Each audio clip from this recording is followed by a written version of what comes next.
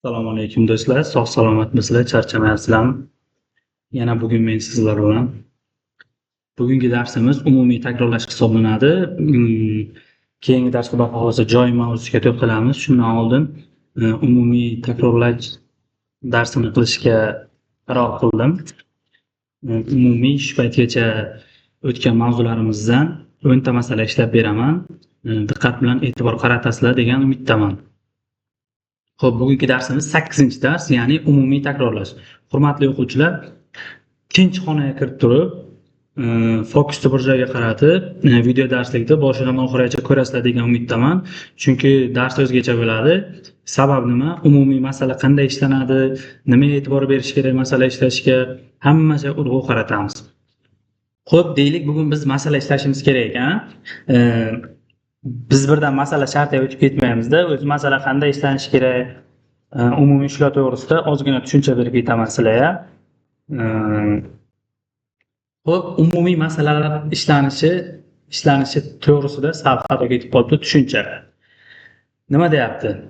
Masala ishlashda eng muhim narsa shoshilmasdan o'ylang. Avval savolni tushunish kerak. Biz aynan nimani topmoqchimiz? Shuni aniq qilib olmasdan yozishni boshlash ko'pincha xatoga olib keladi. Keyin natijani ko'z oldiga keltirish muhim. Javob qanday ko'rinishda chiqadi? Bitta qiymatmi yoki ro'yxatmi? Va fikrni tartiblaydi va yo'nalish beradi. Shundan so'ng masala bo'lib ishlash kerak. Avvalo eng oddiy qismini hal qilish, keyin asta-sekin qo'shimcha shartlar qo'shish. Shu tarzda murakkab masala ham osonlashadi. Masala ichidagi muhim so'zlarga e'tibor berish ham kerak, chunki ular qanday fikrlashni ko'rsatadi. Va eng asosiysi xatodan qo'rqmaslik kerak. Shu joyga urg'u beringlar. Eng asosiysi xatodan qo'rqmaslik kerak. Xato qilish o'rganishning bir qismi hisoblanadi.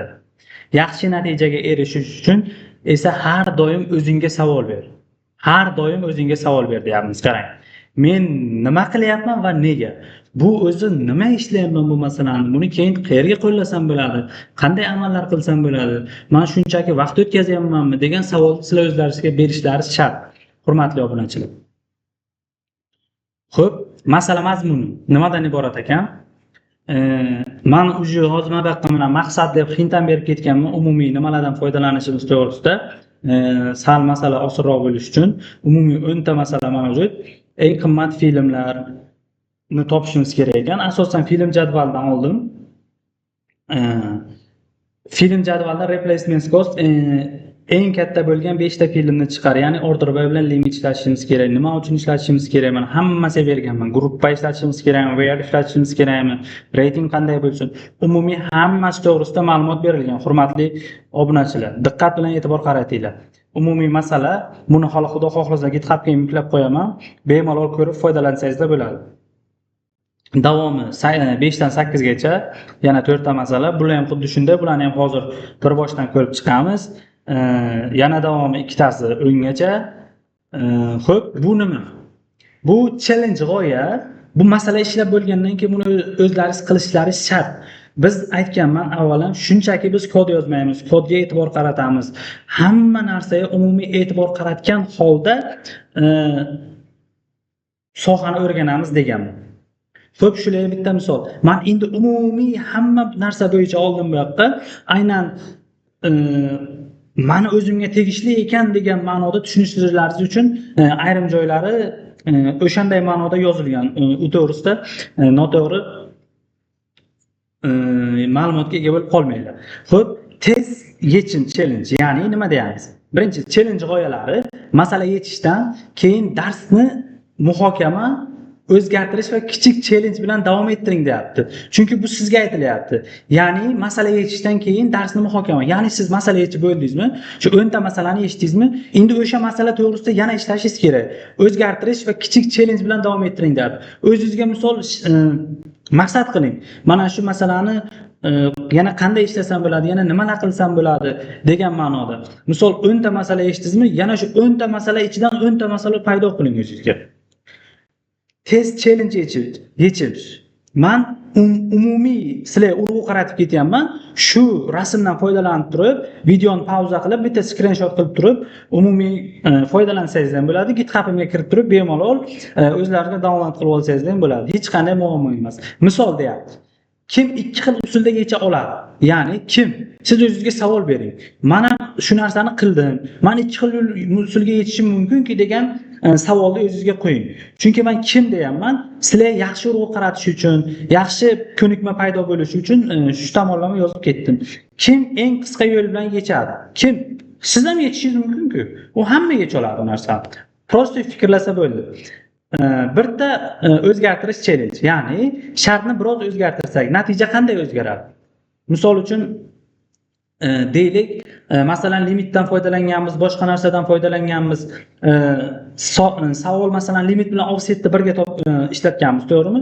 Masalan deylik ikkinchi guruhda olgansiz offset orqali, to'g'rimi? Masalan bitta guruhga 5 ta bo'ladigan bo'lsa, 5 ta offsetga 5 qo'yib qo'ygansiz, limitga 5 qo'ygansiz. Ikkinchi guruhda umumiy ma'lumotlar olingan. Siz shuni offsetga offset qo'ymasangiz nima bo'ladi? Birinchi guruh ma'lumotlari chiqadi. Birinchi guruhga o'zi qanday ma'lumotlar bor, u yoqqa qanday amallar bajarilgan? Shular to'g'risida o'ylashlaringiz kerak. Sonni o'zgartiring deyapti. Masalan, deylik reytingi 2.99 dan kattasini top deydigan bo'lsa, sizga qanday natija chiqadi? Sonni o'zgartiring. Endi siz 3.99 dan kichik qilsak qanday natijalar chiqadi yoki 2.98 dan kichik qilsak qanday natijalar chiqadi yoki 2.98 ga kichik yoki teng qilsak qanday natijalar chiqadi degan savolni o'zlaringizga berishlaringiz kerak. Filtr qo'shing yoki olib tashlang. Boshqa shartlar bilan sinab ko'ring. Eng yaxshi xato topuvchi, noto'g'ri yechim beriladi. Qayerda xato bor? Ya'ni siz o'zingizga qandaydir xatoingizni topish uchun qandaydir noto'g'ri yondashilgan bo'lishi mumkin. O'sha narsalar to'g'risida fikrlang. Misol, xato qayerda? To'g'ri yechimni toping. Nega xato bo'lganini izohlang. O'zingiz izoh yozib keting. Ertaga yana shu masala ko'zingiz tushgan payt yoki qandaydir qayerga foydalangan paytingiz o'sha masalaga urg'u qarating. O'sha izohga ko'zingiz tushadimi? O'sha siz bilasiz, eslaysiz. Real hayotda qo'llash challenge. Ya'ni bu masalan real hayotda qayerda ishlatish mumkin? Masalan siz deylik oddiy bitta databaza bo'lsa, umumiy savdo uchun qilingan bo'lsa, siz savdodan boshqa yana qayerda ishlatsangiz bo'ladi. Umumiy shular urg'u qarating. Misol, bu model qaysi sohada qo'llaniladi? Biznesga moslab ko'rsat. Kundalik hayotdan misol keltir. Masalan, ana shular izoh yozib ketsangiz, siz professional darajada 100% garantiya bera olaman. SQL da zo'r o'rganasiz. Mini variantlar challenge, ya'ni bir masaladan bir nechta variant tuzing. Bitta masaladan bir nechta, oson, o'rtacha, qiyin. Agar shunday bo'lsa nima bo'ladi? Yangi savol tuzing. O'sha 10 ta savoldan hozir ana shu 5 ta ishni challenge qilsangiz, sizga 20 ta masala paydo bo'ladi. Darsda qo'llash usuli deyapti. Masala bering, siz o'zingizga masala bering. Siz o'zingizga masala bering. Natijani muhokama qiling, o'zgartirib ko'ring, xatoni toptiring deyapti. Ya'ni xatoni toping. Kichik challenge bering, ya'ni o'zingizga challenge bering. Real hayot bilan bog'lang. Hurmatli obunachilar, tushunyapsizlarmi? Biz darsda qanday jarayonda o'tyapmiz? O'zi biz faqat SQL bilan bog'lanib qolganimiz yo'q. Umumiy bizning soft skillimizni, mindsetimizni, ya'ni fikrlash tomonlarimizni ham umumiy tarzda o'zgartirishga harakat qilyapmiz. Nega bu usullar ishlaydi? O'quvchi fikrlaydi, ya'ni biz fikrlaymiz. Faqat yozib o'tirmaymiz. Ya'ni faqat kod yozishdan iborat emas SQL. Qiziqish va raqobat hissi ortadi. Bitta masaladan ko'p narsani o'rganadi. Real hayotda qo'llashni tushunadi. Chunki masalan oddiy hozir bitta Dividend'da databasedan foydalanayotgan bo'lsak, hurmatli o'quvchilar, o'sha keyingi masalan siz qaysidir kompaniyada ishga kirdingiz deylik, real hayotda qo'llanishni tushunish degan joyga katta urg'u qaratish kerak-da. Buni shunchaki tasavvur qilmasingiz kerak. Bu o'zi alohida mavzu. Chunki umumiy biz masalan hozir berga deylik 5000 qator ma'lumot bo'lishi mumkin. Uje biz realni proyekt bilan ishlayotgan paytimiz 1 million qator ma'lumotlar bilan ishlaymiz. Agar shu real hayotda qo'llanishni tushunib borsangizda, o'sha mavzular sizlar umuman qiyin bo'lmaydi. Yana o'sha gap, o'sishdan to'xtamang mana. Endi umumiy hozir mana o'sish darajalari ko'rsatilgan, mana o'sha 0 dan boshlangan, bora 50 ga chiqqan. Endi sizlarga bitta narsa tushuntirmoqchiman, ko'rsatmoqchiman. Biz Excel'da o'rgandik yaqinda. Excel'ga biz nima qildik?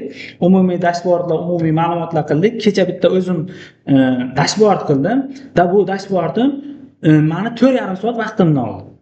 Ya'ni bu ancha xususiyatga ega.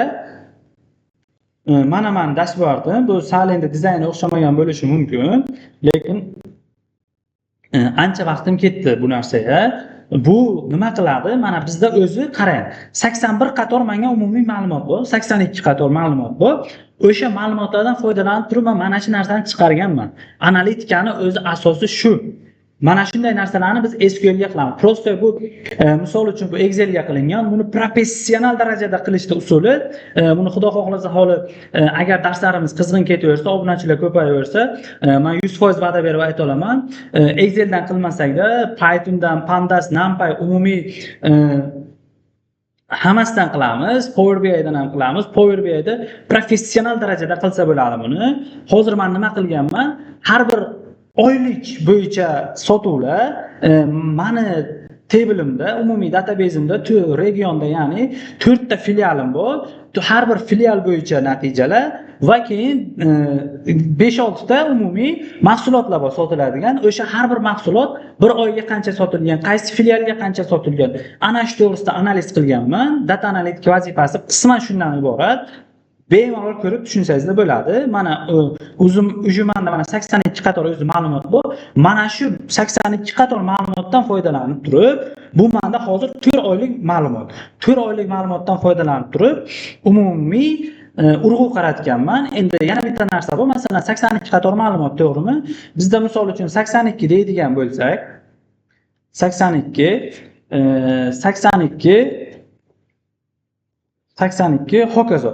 Umumiy mana shu yerga yana ma'lumot kiritsak, bizni bu dashbordimiz umumiy o'zgarib boraveradi. Hozir mana qaranglar, masalan, dekabr oyiga qancha savdo bo'lgan, umumiy mana USB bo'yicha, Paint bo'yicha, notebook bo'yicha, charger bo'yicha umumiy ma'lumotlar mana dekabr oyi bo'yicha bo'lgan. Bu umumiy hammasi bo'yicha. Endi men nima bo'yicha ko'rmoqchiman? USB drive bo'yicha ko'rmoqchiman. Mana bu uje mana qancha sotilgan hammasi turibdi. Endi filiallar bo'yicha ko'rmoqchiman.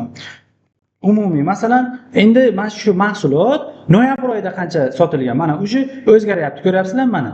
Noyabr oyida qancha sotilgan mana regionlar bo'yicha. Endi oktyabr oyida qancha sotilgan? Sentyabr oyida qancha sotilgan? Avgust oyida. Lekin avgust oyida ma'lumot chiqmaydi, chunki bizning databazimizda avgust oyida hech qanday ma'lumot yo'q. Chunki bizning databazimizga ma'lumot sentyabr oyidan kiritib boshlangan. Men hozir 4 oylik ma'lumot bo'yicha analiz qilganman. Shular umumiy hozir bizda turibdi. Agar hozir men ma'lumotlarni o'zgartiradigan bo'lsam, hurmatli o'quvchilar, 100% hammasi ishlaydi. 100% hammasi. Hozir masalan USB bo'yicha masalan shu oyga qancha ma'lumot berilgan, uje bu yoqqa ma'lumotni yana o'zgartiradigan bo'lsam, uje avgustga ma'lumot kiritadigan bo'lsam, mana databazega men avgustga ma'lumot kiritadigan bo'lsam, uje avgustga ma'lumot paydo bo'ladi. Endi men umumiy sizlar nima qildim? U qaratib ketdim sizlar tushunishlaringiz uchun. Endi masalalar qismiga o'tamiz. Xo'p, bizda masala nima edi? Birinchi masala, masalani men ishlanish jarayonini sizlarga tushuntirdim. Shularni bemalol o'qib ko'rib, o'zlaringiz fikr hosil qilib, xulosa qilib, ishlashlaringizni tarafdoriman. Eng qimmat filmlarni topishimiz kerak ekan. Shart deyapti, film jadvalidan replacement cost. Endi o'zi asosan bularni replacement costdan foydalan, order by'dan foydalan, limitdan foydalan degan narsa, degan urg'uni berish, hint berish noto'g'ri. Men endi sizlar hozir boshlang'ich bo'lganliklaringiz uchun hint berib ketyapman. Endi xo'p, aytayapti, eng qimmat filmlar. Ya'ni filmlar jadvalidan replacement costi eng katta bo'lgan 5 ta filmni chiqar. Maqsad order by bilan limitdan foydalan deyapti bizga. Xo'p, endi har doimgidek mana DBWR'ga o'taman. Umumiy meni bazam turibdi. Mana databazega kiramiz. Dividendda databasedan foydalanamiz, sxemaga kiramiz, sxemadan publicga. Ya'ni ommaviy o'zbekchasi. Kirib mana umumiy men tabellarim turibdi, jadvallarim. Xo'p, bizga nima degan? Nimadan foydalanamiz endi? Film tablidan foydalanamiz. Xo'p, from nima bo'ladi? From film bo'ladi, to'g'rimi? Film bo'lgandan keyin endi buni bitta ishlatib olamiz. Ishlatib olishdan maqsad nima? Biz hozir mana bu yoqqa umumiy ustunlar nomini beramiz. Bizga yozishga ancha yaxshi as qotadi. Sabab nima? yaxshi nima qilishimiz uchun, xato yuzaga kelib qolmasligi uchun, hurmatli o'quvchilar. Xo'p, replacement cost kerak ekan bizga. Endi bunga mana hozir es qilib almashish vaqti deb ketayotmayman, vaqt qolib, buni o'zlaringiz qilaverasizlar, chunki juda ko'p marta ko'rdik buni. Endi xo'p, bizga nima bo'lishi kerak ekan? Replacement cost'i eng katta bo'lgan 5 tasini chiqarishim kerak ekan. Endi eng kattasini topishim uchun nima qilardim? Order by qilardim. Order by tartiblaydi, to'g'rimi? Kattasidan kichikka, kichikdan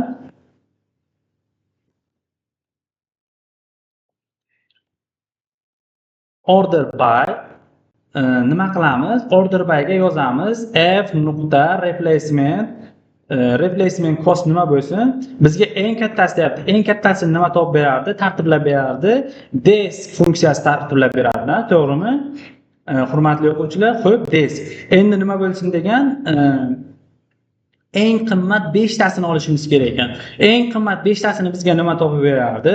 To'ppa-to'g'ri aytdingizda, eng qimmat 5 tasini limit olib berardi. Limitga 5 qo'yamiz. Buni ishlatadigan bo'lsak nima bo'ladi? Syntax error deyapti. Xo'p, bizga xato qayerda? Hozir mana virgul qo'yganmiz. Virgul faqat boshlanishiga qo'yiladi va oxiridagi qatorga qo'yilmaydi. Chunki hozir bizga berib bir qator ma'lumot bu. Agar ikkinchi qator bo'lsa edi, bu yerga qo'ysak bo'ladi. Xo'p, mana endi ishlatadigan bo'lsak ishlaydi. Mana eng kattalari shu ekan. Xo'p, sizlar faqat narxini ko'rdingizlar. Endi o'zlaringiz qiziqishlaringiz mumkin, ha? Yana nimani ko'rishlaringiz mumkin? Film nuqta nimasini ko'rishlaringiz mumkin? Film ID-ni ko'rishlaringiz mumkin yoki yana nimani ko'rishlaringiz mumkin? Film nuqta xo'p, title bor edi. Title'ini ko'rishlaringiz mumkin, film nomini. Endi masalan eng 5 tasi mana 85-raqamli ID ekan, shu ekan mana. 5 ta eng kattasini oldik. Bu birinchi masala edi. Endi ikkinchi masala nima qilamiz? Ikkinchi masala har doimgidek mana ikkinchi masala adashib ketmasligimiz uchun yozib olamiz. Xo'p, ikkinchi masala nima edi? Eng uzun filmni topishimiz kerak ekan. Shart film jadvalidan lengizi eng katta bo'lgan 10 ta filmni chiqar. Bu yerda maqsad order by bilan limitdan foydalanamiz. Endi eng katta 10 tasini topishimiz kerak. Uzun filmni, ya'ni uzun deganim nima? Vaqti. Masalan 180 bo'ladigan bo'lsa 3 soatlik film bo'ladi. 130 bo'ladigan bo'lsa 2 soat 10 minutlik film bo'ladi. Shularni biz eng katta umumiy tabelimizda eng uzun filmni topishimiz kerak. Ya'ni vaqti. Lengiz deganga urg'u qaratinglar. Umumiy hozir yana bitta narsani aytib ketaman. Yana select nima qilyapmiz bu yoqqa? Select yozishdan maqsad nima?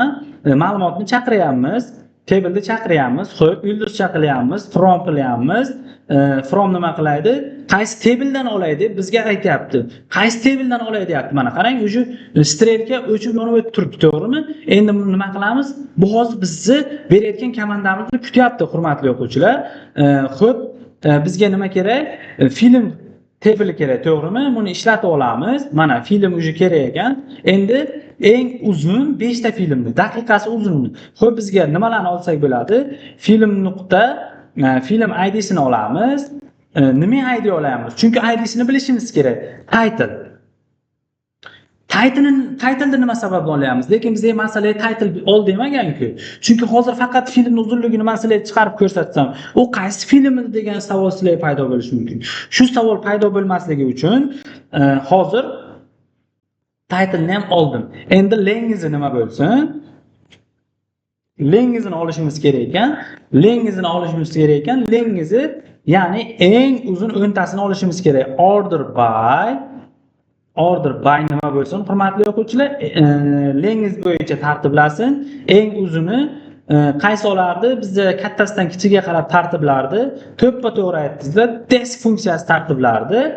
Endi nima qilamiz? Ya'ni eng o'ntasini olishimiz uchun biz o'ntasini, eng katta 10 ta filmni kesib olishimiz kerak. Buni ishlatadigan bo'lsak, o'zi mana ishlaydi. 185 daqiqa ekan. 817-raqamli ID'li film, nomi bu ekan. 349niki bu ekan, 872niki bu ekan, 991niki bu ekan. Xuddi mana shunday. Boya aytdim-ku, har bir narsaga, har bir ma'lumotga umumiy e'tibor qaratish shart. Men nima deganman? Boya sizlarga aytib ketdim. Faqat R rating filmlar deyiladi. Sizlar so'zga, harfga e'tibor qaratishlaringiz kerak. Bizga nima kerak ekan? Rating R bo'lganlarni olishimiz kerak ekan. Shunchaki R deb o'qib ketmasligingiz kerak buni. Boya masalani yechish qoidalarini tushuntirdim-ku, o'sha payt masalan hozir mana shu R ga e'tibor qaratadigan bo'lsak, bu reytingi R bo'lganlarni biz nima uchun topishimiz kerak? Xo'p, aytayapti bizga reytingi R bo'lgan filmlarni chiqar va ularni title bo'yicha tartibla deyapti. Bizga nima kerak ekan? Endi order by bo'yicha tartiblasak, bu degani alifbo tartibi bo'yicha tartiblashingiz kerak. Ya'ni A dan boshlanish kerak, Z ga tugash kerak. Xo'p, diqqat qaratinglar o'quvchilar, biz ketdik. 3-masala. Nima deyapti? Qarang, bir boshdan biz ishlatib ketyapmiz. Diqqat bilan e'tibor qaratinglar. O'zlaringizni ajratadigan vaqtlaringizga achininglar. Hozir men o'sha order by'ni ishlatyapman, deskni ishlatyapman. Hozir endi ASCII'ni ishlataman. Limitdan foydalanishdi. Chunki men bularni sizlar umumiy hammasini o'tib berganman o'tgan darsda. Endi mana shularni praktik qilib biz mustaqil qo'llab ko'ryapmiz. Sizlar ham o'zlaringiz boya aytganimdek, men 10 ta masala yozgan bo'lsam, shu 10 ta masaladan boyagi challenge bo'yicha 30 ta masala paydo qilishga harakat qilinglar. Mana shu limitni qo'ymasam nima bo'lardi? Diskni o'rniga ASCII qo'ysam nima bo'lardi? Masalani sharti zid bo'lib qolarmidi? Yana qanday masalaga o'zgartirish kiritsam bo'ladi degan savolni sizlar berishlaringiz shart. Haqiqiy analitik mana shunday fikrlash kerak deb o'ylayman. Xo'p, 3-masala. Bizga nima kerak ekan? Film jadvalidan reytingi R bo'lganlarni olishimiz kerak ekan. Select, ya'ni ma'lumot chaqiramiz. Yulduzcha from nima qilishimiz kerak? Qaysi jadvaldan olishimiz kerak?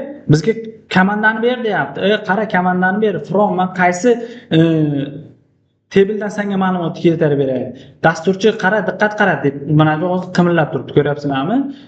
Ujum mana qimillab turibdi. Xo'p, bizga film kerak, to'g'rimi? Film jadvalidan olishimiz kerak, ha?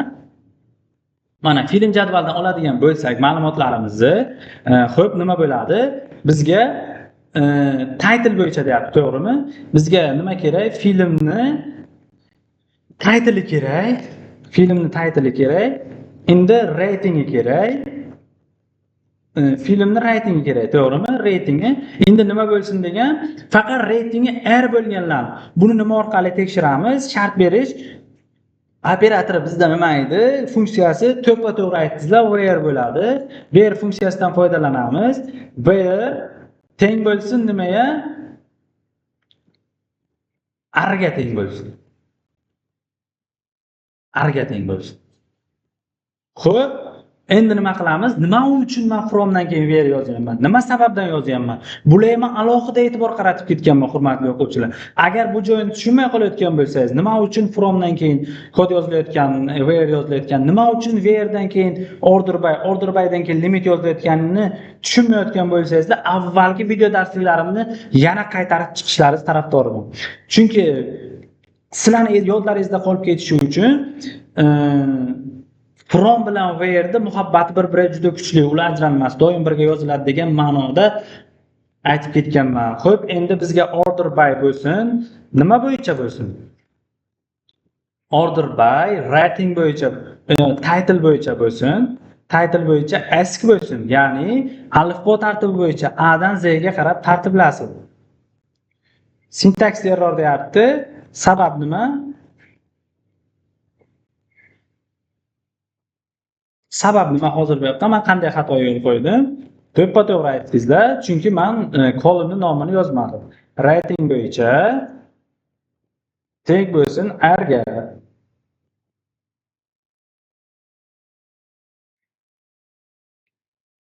Ujum mana error column R deyapti. R ga xato bor. Does not exist deyapti.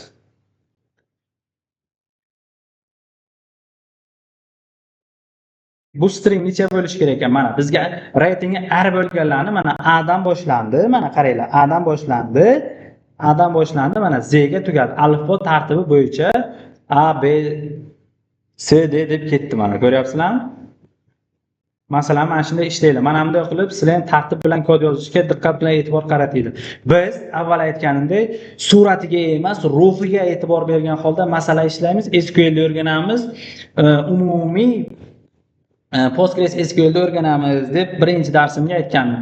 Shunchaki biz SQL'da o'rganmaymiz. Umumiy fikrlash, umumiy mindsetni rivojlantirish, kodlarga e'tibor bilan diqqat qaratish, chiroyli yozish, bu ham bitta agar o'zlaringizga qanday narsa shakllanayotganlarini isbotlash uchun bu ham bitta san'at asari hisoblanadi. Hamma ham bunday kod yozmaydi. Hammani ham bunday kod yozishga sabri yetmaydi. Siz shunday kod yozyapsizmi? Siz o'zingizdan faxrlaning. Xo'p, VR bo'yicha mana eng arzon ijara filmlar, bu masalalarni yana hozir to'xtalib o'tirmayman, keyingilarga o'tib ketaman, chunki VR bo'yicha ham, order by bo'yicha ham, limit bo'yicha ham ishlab ko'rsatib berdim. Endi film jadvalidan eng oxirgi yangilangan last update filmini chiqar. Order by bilan limit deyapti. Eng oxirgisi qanday bo'ladi? Order by qilasizlarda last update qilib selektsiya last update qilasizlar, order by qilib dest deysizlar, dest demasdan ham dest desangiz ham bo'ladi. Dest deb turib eng oxirgisi qaysi bo'ladigan bo'lsa, eng kattasi limit berib turib, limit 5 qilasizlar bo'ldi.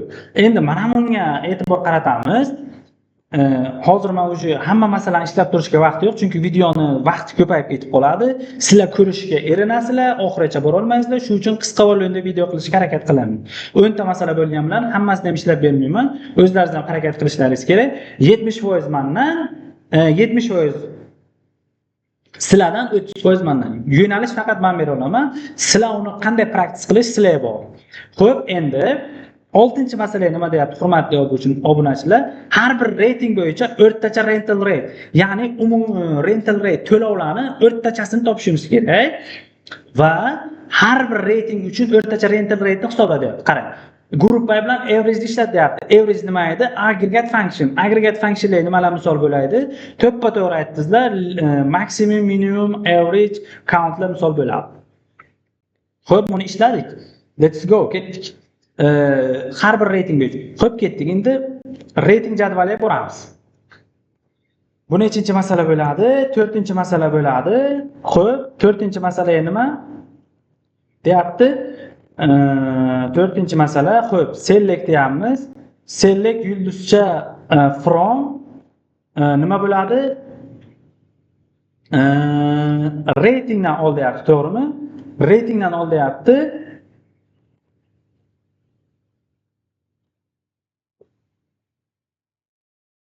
I don't know.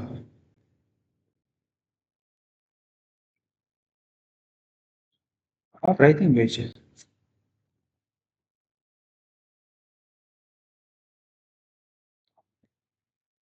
Yo'q, bizda nima sababdan ishlamay qoldi hozir?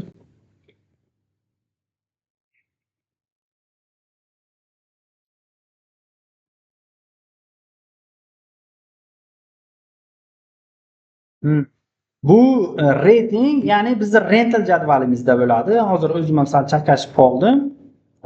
From rental ishlatadigan bo'lsak, o'sha bizga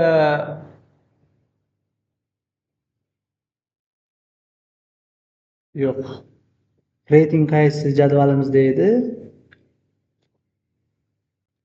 Mana kolumga qarasangizlar, o'sha qaysi masalan hamma ham adashadi. Ha, mana o'sha mana ratingi mana turibdi. Biz bu nima demas ekan, rental demas ekan, film jadvalida ekan.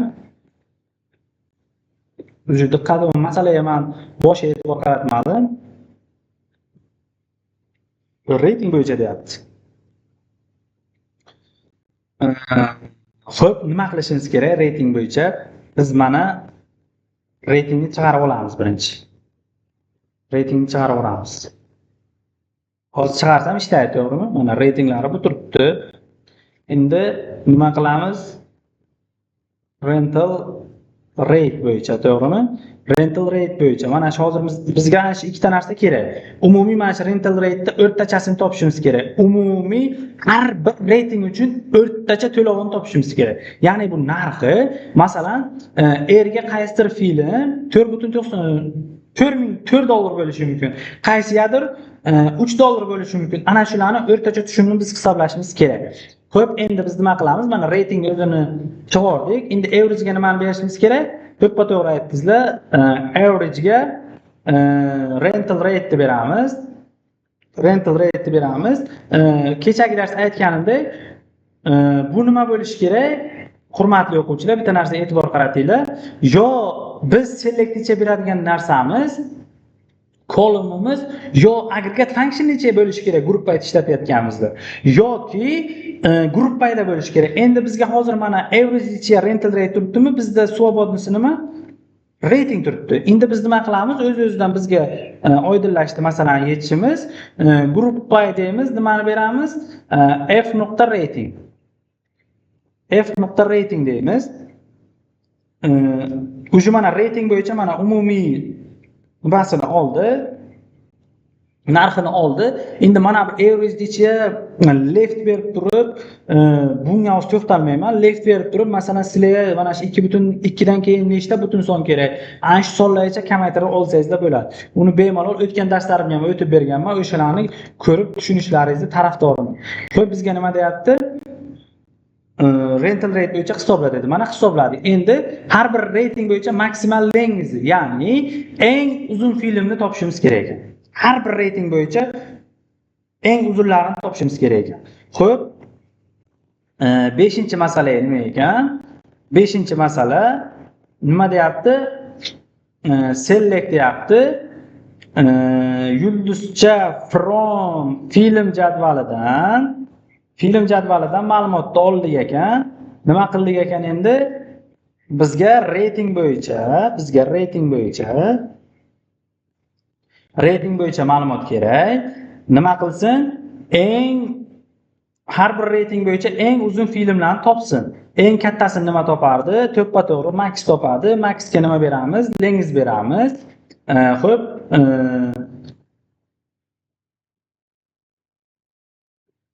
endi group by qilamiz.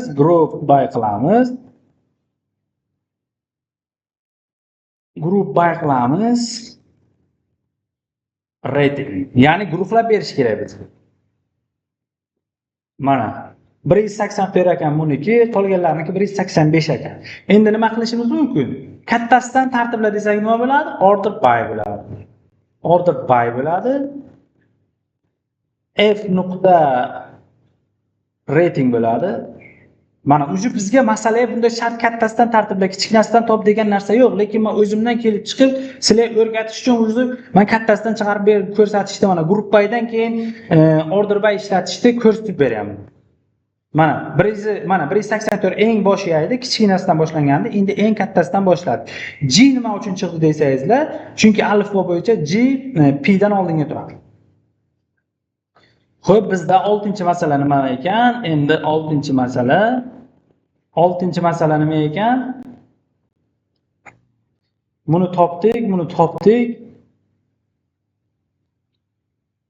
Group by average ishlatishni o'rgatdim, max ishlatishni o'rgatdim. Endi group by having, ya'ni bizda oldin from bilan where ishlaydigan bo'lsa, endi group by bilan faqat having ishlaydi. Kechagi darsda men buni ko'rsatib berganman sizlarga. Endi umumiy takrorlash uchun hozir mana shu ikkita masalani ham ko'rib chiqamiz.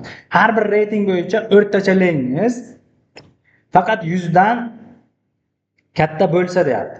Shart. Diqqat qilinglar. Rating bo'yicha o'rtacha lengthni hisoblab, faqat natija 100 dan katta bo'lgan filmlarni chiqardi. O'rtachasini nima topardi? To'ppa-to'g'ri average topardi.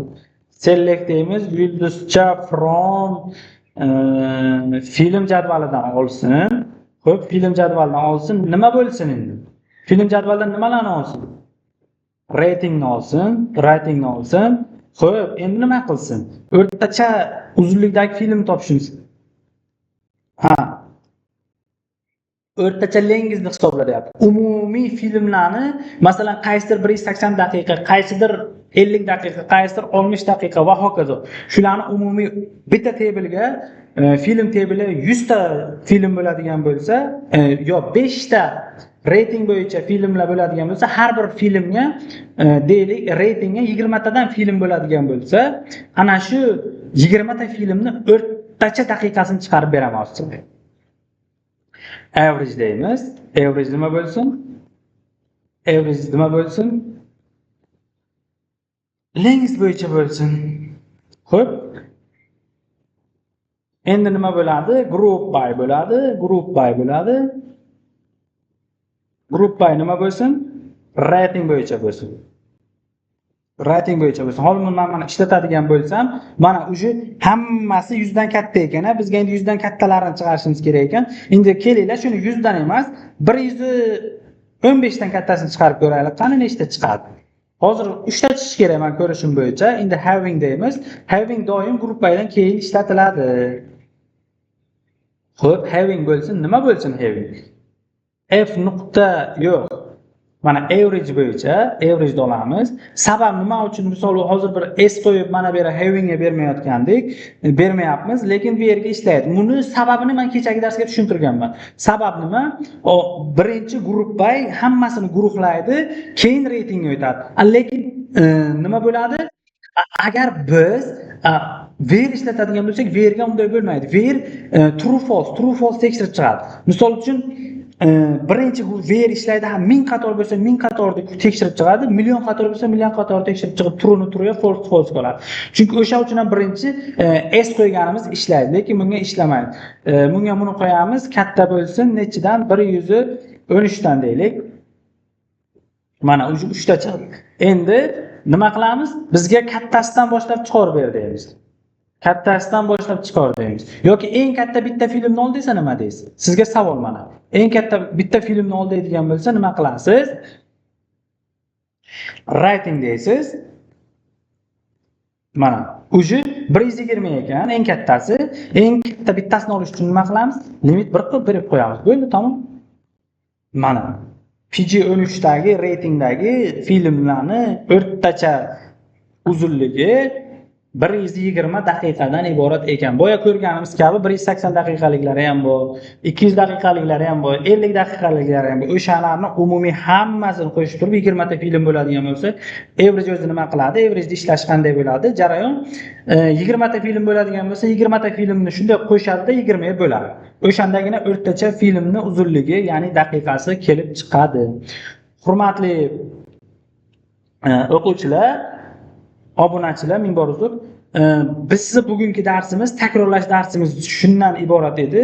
Agar men o'tadigan dars yana kimlardir loyiq deb hisoblasangiz, kimlardir tezroq yetib borishni xohlasangiz, kommentariyada qo'llab-quvvatlang, qo'ng'iroq tugmasini bosing va izohda o'z e'tiroz va takliflaringizni yozing, unga alohida e'tibor qaratamiz va podpiska tugmasini bosib qo'ying.